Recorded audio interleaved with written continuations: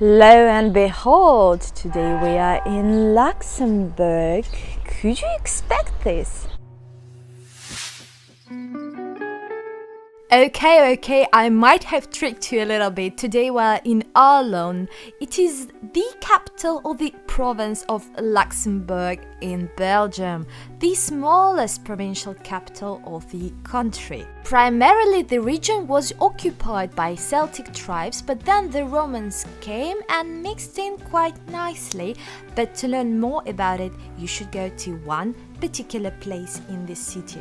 You'll like it. If you are a great fan of archaeology or have an opportunity to stay for some time here in Arlon before moving on to Luxembourg, please do not hesitate and visit the local archaeological museum, because first of all, it is the best in the entire country, and secondly, because it holds an epic sorts of collection of Roman and pre-Roman relics. So please come here. You'll definitely won't want to miss it. You are sure to enjoy it. And better not forget about the vast collection of Merovingian funerary art as well. Despite its seemingly peaceful provincial nature, Arlon was always participating in various sort of military conflicts. Because France and Spain and Netherlands and Austria, let's be honest, they've always been at each other's throats.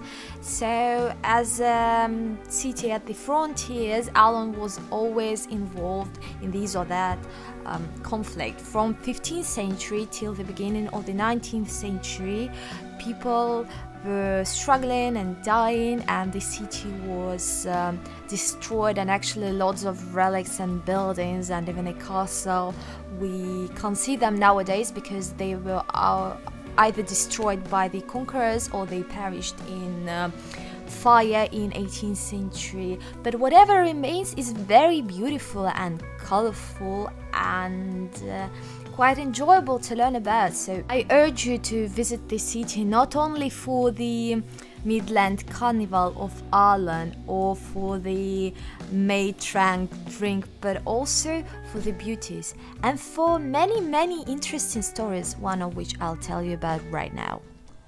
Once upon a time in 11th century, around 1060s, a magnificent castle was built upon the Knipchen Mount.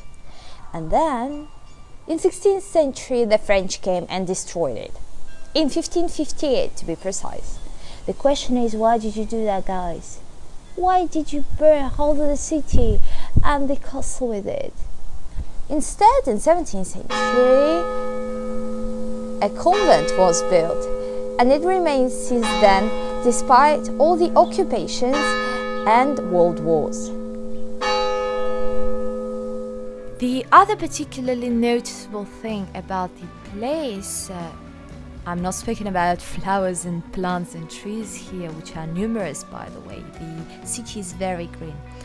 But what is noticeable, however, is the locals' attitude towards historical memory. On the one hand, there are lots of memorials dedicated to the events of the First World War and Second World War, but on the other, people are also commemorating their own misdeeds and failures, like a monument in commemoration of the atrocities in the Congo Free State, which was a colony at the times of Leopold II, a Belgian colony.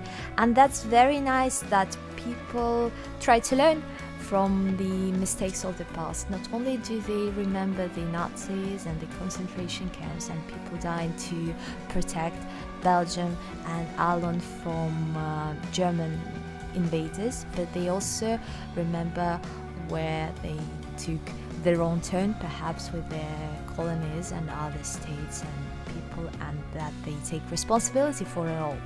That's very impressive, let's be honest. Some people may uncharitably call Arlon a transit point between Brussels and the Grand Duchy of Luxembourg, but in my opinion this city is worth being visited, not only in order to make some great pics and enjoy the local beauties and stories, but also to reevaluate your own personal beliefs and values and look back and maybe learn something from the mistakes of the past.